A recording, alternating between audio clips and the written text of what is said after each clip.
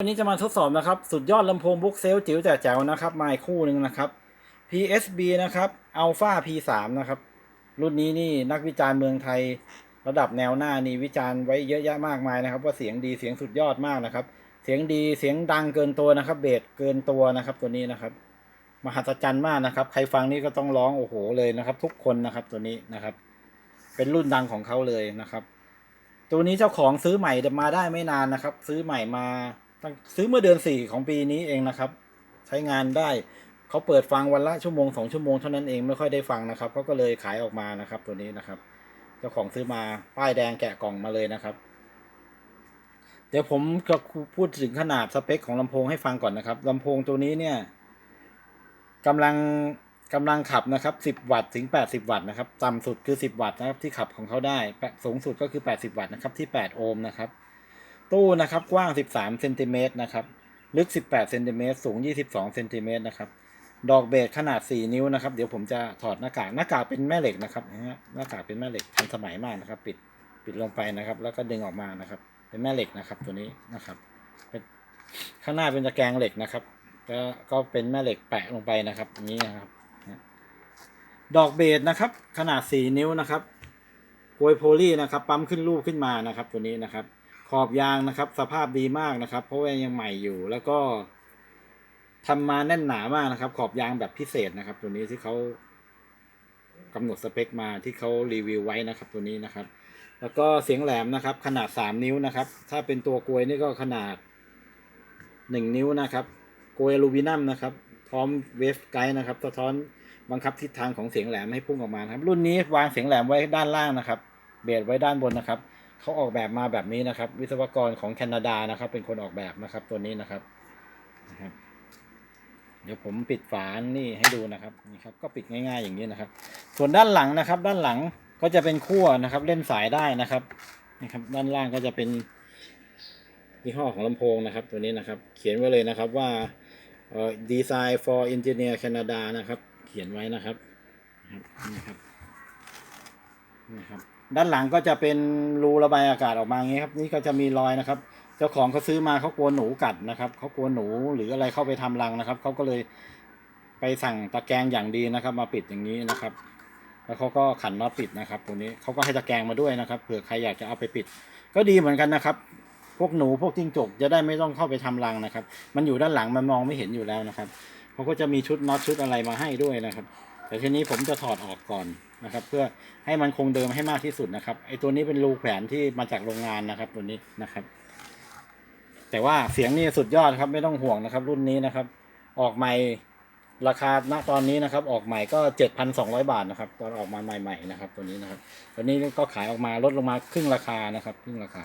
นะครับตัวนี้นะครับเดี๋ยวจะทดสอบเสียงให้ฟังเลยนะครับว่าสุดยอดแค่ไหนนะครับเสียงเบสเสียง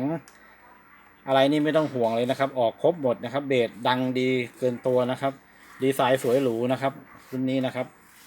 เดี๋ยวผมถอดหน้ากากออกเลยนะครับแล้วก็จะทดสอบเสียงให้ฟังนะครับตัวนี้นะครับเอาเพลงลูกทุ่งนี่แหละครับเบสออกดีๆนะครับลองฟังดูเลยนะครับว่าเบสเขาดีแค่ไหนทนทานได้แค่ไหนผมเปิดนี่ก็หึมบ้านเลยนะครับใช้แอมป์40 วัตต์ครับนะครับตอนนี้เดี๋ยวลองฟังดูเลยครับ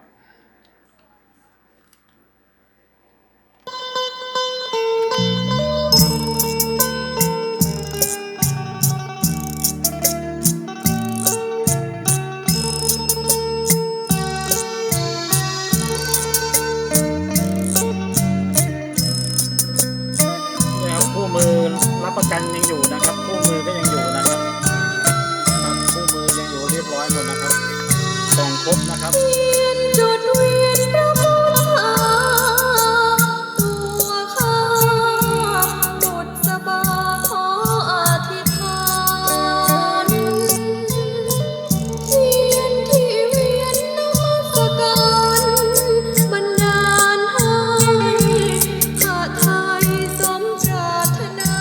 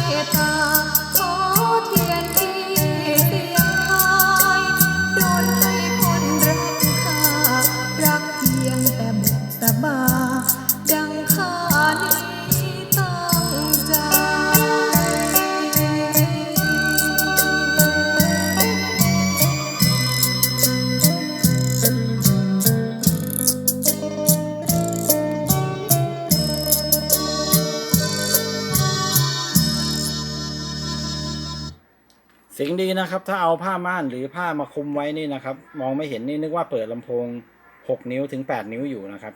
แน่นอนเลยนะครับเสียงแน่นอนเลยครับลำโพงยังไม่ทันจะพ้นเบิร์นนะครับตัวนี้นะครับไปเบิร์นดีๆเสียงดังไปได้ไกลนะครับสนใจก็ติดต่อมาได้นะครับราคาลดลงมาเยอะนะครับตัวนี้นะครับขอบคุณมากครับ